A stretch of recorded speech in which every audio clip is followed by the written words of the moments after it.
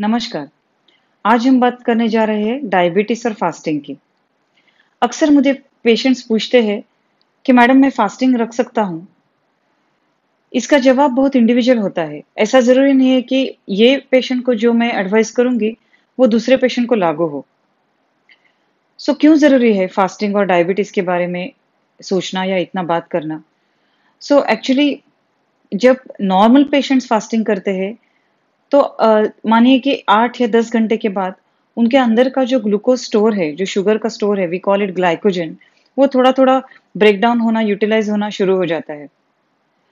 अगर वो patient diabetic है और स्पेशली वो ऐसा इंसुलिन या शुगर कम करने की दवाइयों पे है, तो जैसे-जैसे शुगर बॉडी की कम होती जाएगी ड्यूरिंग फास्टिंग, उसे हाइपोग्लाइसेमिया मतलब लो शुगर के सिम्पटम्स दिखाई देना शुरू हो सकता है और वो कभी-कभी खतरनाक भी हो सकता है।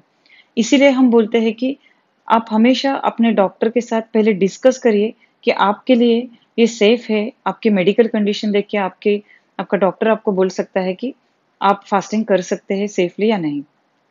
सो ऐसी क्या-क्या चीज़ें हम देखते हैं और असेस करते हैं, जैसे कि HbA1c जो 3 महीने का एवरेज परसेंटेज रहता है, अगर वो आपका 7.5% के अंदर है, तो मुझे आइडिया आ जाएगी कि आपका ओवरऑल डायबिटीज़ कंट्रोल अच्छा है।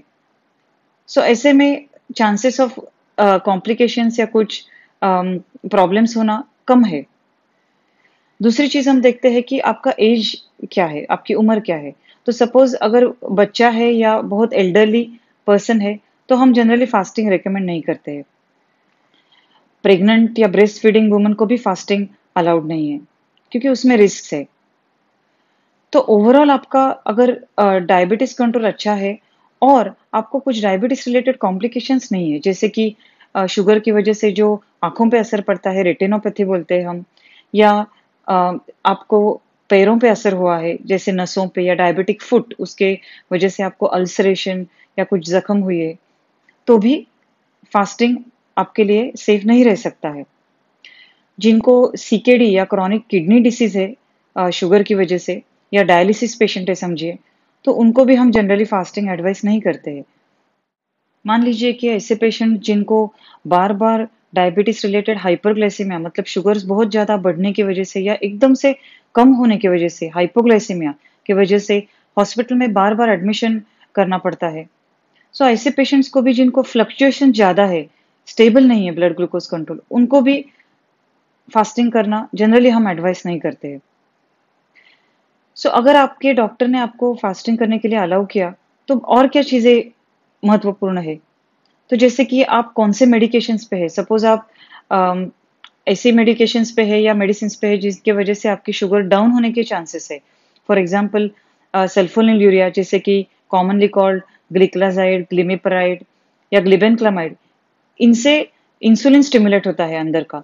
सो जैसे कि आप फास्टिंग करते हैं, वो टाइम में अगर ये मेडिसिन्स आप लेते रहे, तो शुगर डाउन होने या हाइपोग्लाइसेमिया होने के चांसेस रहते हैं। So this is very important. आपके डॉक्टर के साथ आप पहले ही डिस्कशन करोगे, तो आपके मेडिसिन्स या दवाइयाँ वो चेंज करके दूसरे मेडिसिन्स पे रख सकते हैं। सिमिलर टू इंसुलिन, इंसुलिन का जो आपका रेजिम है, सपोज़ आप 3 टाइम्स ले रहे हैं बिफोर मील्स एंड रात में एक बेसल इंसुलिन ले रहे हैं, तो वो रेजिम भी थोड़ा-सा चेंज करना पड़ सकता है। सो ये सब बातें बहुत ज़रूरी है आपको आपके डॉक्टर के साथ पहले ही डिस्कस करने की। अगर आपके डॉक्टर ने आपको ग्रीन सिग्नल दे दिया, you can go ahead and fast, तो आपको थोड़ी चीज़ें ध्यान में रखनी है ड्यूरिंग फास्टिंग। सो खाते टाइम आपको क्या खाना चाहिए? ऐसी फूड्स खाइए जिसमें कॉम्प्लेक्स कार्बोहाइड्रेट्स हो, जैसे कि मल्टीग्रेन ब्रेड है, सेमोलिना है या ब्राउन राइस है, जिससे कि आपकी शुगर एकदम से ना बढ़े और फ्लक्चुएशंस ज़्यादा ना हो। सो ऐसे फूड से लो ग्लाइसेमिक इंडेक्स बोलते हैं हम, जिससे आपको ज़्यादा देर फुल महसूस हो और जल्दी भूख नहीं लगे। इसके साथ आपको बैलेंस करना है प्रोटीन्स, दाल, लेंटिल्स, पल्सेस और फ्रूट्स एंड वेजिटेबल्स के साथ। सो मेक श्योर आपकी प्लेट जो हो वो बैलेंस डाइट की तरह दिखे। इसके साथ ज़रूरी है पानी पीना। So hydration is very very important. बाहर गर्मी है और समर है, so at least 3 litres per day आपको पीना है। और ये एडवाइस सीकेडी या डायलिसिस पेशेंट को डिफरेंट हो सकता है क्योंकि उनको फ्लूइड रिस्ट्रिक्शंस रहती है।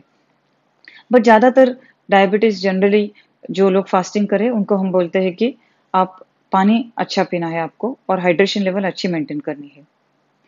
सो मान लीजिए कि ये सब चीज़ें ध्यान रखने के बावजूद भी अगर आपकी शुगर 70 से कम हो, यानी कि आपको हाइपोग्लाइसेमिया के सिम्टम्स हो या साइंस हो, तो आपको फास्टिंग ब्रेक करने की तैयारी रखनी होगी और उसके लिए जो भी ज़रूरत पड़ेगी, जैसे कि हाइपोग्लाइसेमिया की जो इमीडिएट ट्रीटमेंट होती है, क्विक एक्टिंग शुगर या हनी, वो आपको रेडी रखनी है। और अगर आपकी शुगर हमेशा 250 या 300 के ऊपर ही रह रही है, तो आपको आपके डॉक्टर के साथ कंसल्ट करना है अर्जेंटली और शायद आपको उस टाइम फास्ट ब्रेक भी करना पड़ सकता है। So remember always health comes first और आपकी हेल्थ अगर अच्छी है, तो ऐसे फास्टिंग आप फ्यूचर में बहुत बार कर सकते हैं। Thank you.